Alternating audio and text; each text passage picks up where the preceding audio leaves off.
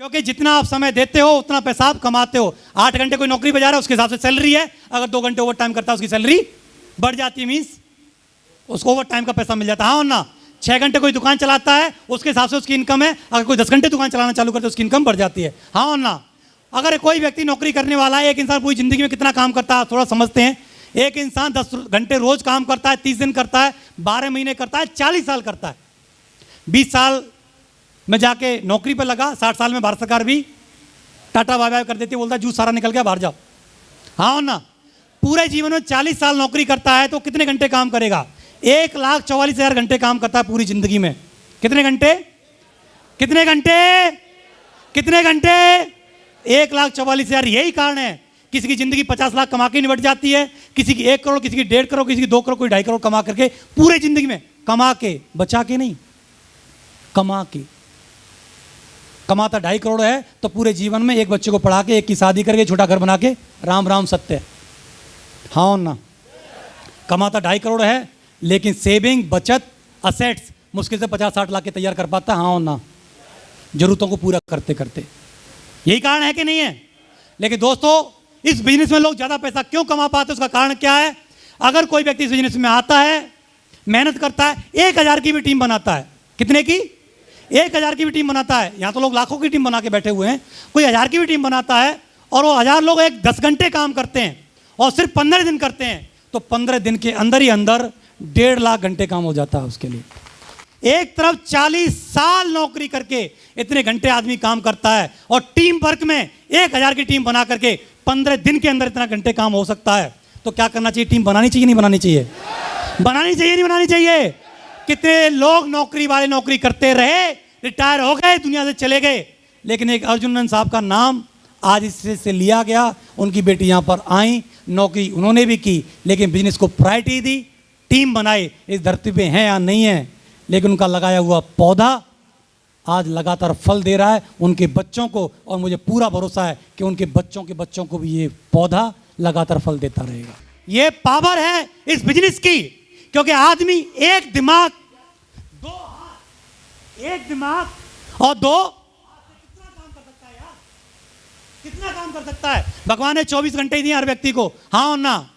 अमीर हो, गरीब हो, भिखारी हो, देश का प्रधानमंत्री भी हो, लेकिन उस 24 घंटे को यूज कैसे करता है? नंबर 1। नंबर 2 कि कितने लोग उसके लिए काम करते हैं। अमीर लोग अमीर क्यों होते चले जा रहे हैं? क्यों? क्योंकि वो फैक्ट्री एक लगाने के बाद दूसरी लगाते हैं, दूसरी के बाद तीसरी लगाते हैं, एक शोरूम के बाद दूसरा, दूसरे के बाद तीसरा। क्यों? क्योंकि करोड़ों रुपए उनके पास में हैं जो इन्वेस्ट करते हैं, फैक्ट्री लगाते हैं, गैस की एजेंसी लेते हैं, पेट्रोल पंप लेते हैं, कॉलेज बनाते हैं। हाँ ना। कोल्ड स्टोर खोलते हैं, वहां सैकड़ों हजारों लोगों को जॉब पर रखते हैं। हजारों घंटे, हजारों लोग उस व्यक्ति के लिए काम करते हैं और हजारों घंटे उस व्यक्ति के लिए काम होता है। एक फॉर एग्जांपल मेरे को बात बताओ, एक शोरूम का मालिक ज्यादा पैसा कमाता है, एम्प्लॉय ज्यादा पैसा कमाता है? एम्प्लॉय ज्यादा पैसा कमाता है या मालिक? किसी कॉलेज में पढ़ाने वाला टीचर ज्यादा पैसे कमाता है या कॉलेज का मालिक ज्यादा पैसे कमाता है?